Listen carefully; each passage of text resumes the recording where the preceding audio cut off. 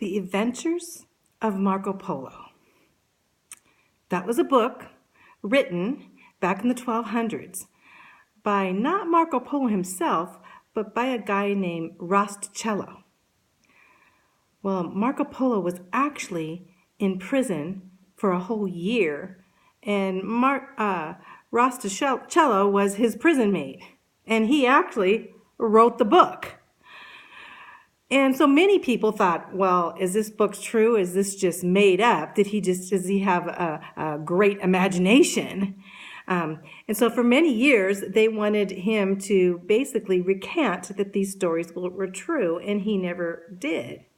Even on his deathbed, a priest came to him and said, before you die, would you like to confess that all of your book is a fable? And he said, no, it's all real, and you don't even know the half of it. There's more adventures that I haven't even written down. So years went by, and just recently they started to confirm the writings of Marco Polo with the Chinese history, and it coincided at the same time and the same places and proofs that everything that Marco Polo said was true. And not only that, later on, he even had relics and things that his family had saved from the journeys. So we find that Marco Polo was actually a historian, and that Cello just wrote it down. But anyway, we need to kind of start at the beginning to find out who this Marco Polo is. You know, he was born in Italy, and we know that Italy was mainly Catholic at the time. We know that Marco was a Christian. Right before he was born, his father actually left to go on a journey. He was a trade merchant to trade with China. And so his father never came back until 15 years later, when Marco was almost 15 years old, and his mother had died. So when his father came home, he basically wanted to take his son and take him on another journey to China. So his father's name was Niccolo, and his father's brother was Maffeo. Quite names. But they had just come back from China, and they had some great stories of this Kublai Khan in the midst of that they had been there and worked for him for so many years, and that they had known him, and they had traveled all over China. So Niccolo says, it took me 3 years to travel to the palace of the great Khan, and he welcomed us and gave us positions as messengers.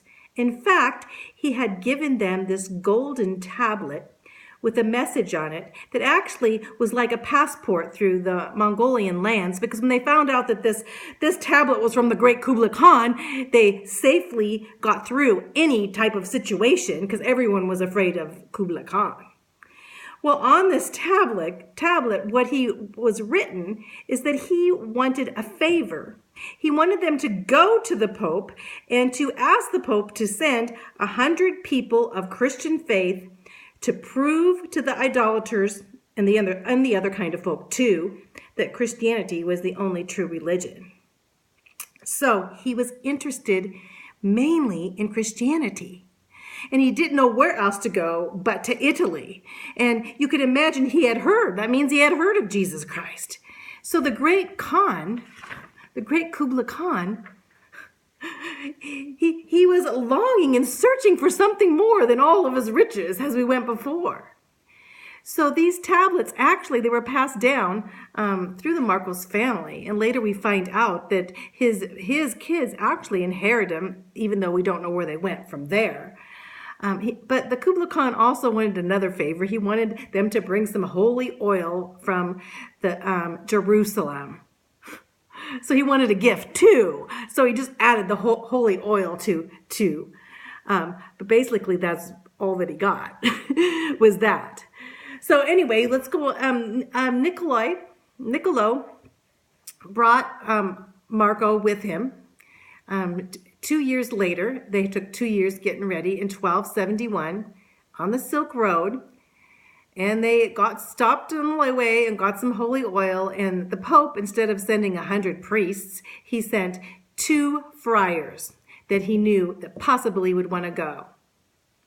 But when things got a little hard later on, the friars got very frightened and they left. So they never did make it to China. This journey took 4 years. There's bad weather. They also had to do a detour to avoid a huge war that was going on there. And Marco became ill, and he actually had to rest for a whole year before they could start again, which is a long time. Can you imagine being sick for a whole year? Well, they arrived in 1275, 4 years later, in Beijing. You can imagine them meeting that great Kublai Khan. And Marco wrote down so many things about him in this meeting, all about his describing him and exactly what he looked like. And he described the marble palace and the walled gardens, that they had man-made mountains and beautiful exotic trees that he never saw before. They had a man-made lake filled with exotic fish, too, and paintings of dragons in the house and colorful paintings of all kinds of battle scenes. They had a dining hall set for 6,000 people. Marco wrote, "It is painted all in gold with many histories and representations of beasts and birds, of knights and dancing ladies. Many marvelous things all over the ceilings were painted in gold." He told about the food. It was the first time that he had ever tasted ice cream. Europeans had never had ice cream before. He was amazed by the beautiful clothing and the silk dresses and the silk cloths. And there was abundance of fresh meat and vegetables in the markets and huge size fruit. In fact, one pear, he said, weighed 10 pounds. And then they had these blocks of black stones. He said there were firestones, and they turned red as fire. You see, it was the first time that he had ever seen coal. He also saw paper money being used. The Khan gave him paper money that he could cash in later for gold. Marco spent almost 20 years total with the travel and everything in China. 20 years, and traveled all around China. He described places, buildings, and bridges in detail. The Khan put him in charge of helping to govern some of the cities and even to be a judge, and also to be a spy in case there was anything else going on against the Khan. The thing is, Marco did not really speak fluent Chinese, although he could understand quite a bit. But he carried out these diplomatic missions on behalf of the Khan. In 1292, 20 years later, the Polos left to carry one final mission to Persia, to bring this beautiful princess, Mongol princess, to be married to a Persian king. It turned out to be a terrible journey, although it was all by ship, because it was all by sea all the way through the worst of the seas. In fact, some people say that probably there were about 600 people on the ships, and those ships that died, and only 18 survived. Well, they did get the princess there, but the Persian king had already died, so they had to wait for a while there until another king came and he decided to marry her. So that was quite a journey. So then they left to come home finally. And 1295 they returned. Marco, he wasn't 15 anymore. He was 40 years old, and his family didn't recognize him, because him and his dad was an old man, they were in rags.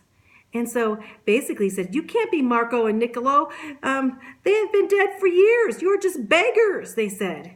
So then they opened the seams of their garments. Their rags, they had rags they thought they were filled with rags. But when they opened up, out fell emeralds and rubies and sapphires. So then they knew they must of obtain those in the Orient. Soon after that, Marco was taken prisoner. The Venetians and the Genoese were fighting. They were two different cities or provinces of Italy, and they were fighting each other. And the Genoese took Marco as prisoner for a whole year, as a prisoner of war.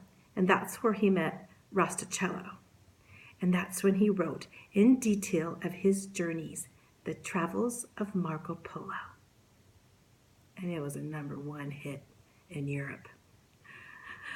Polo told of the beliefs and customs of the Mongols and the Chinese, the splendor of the palace, the Gobi Desert, the singing sand dunes. He even told of a place in Armenia where they said that the Noah's Ark was on top of that mountain.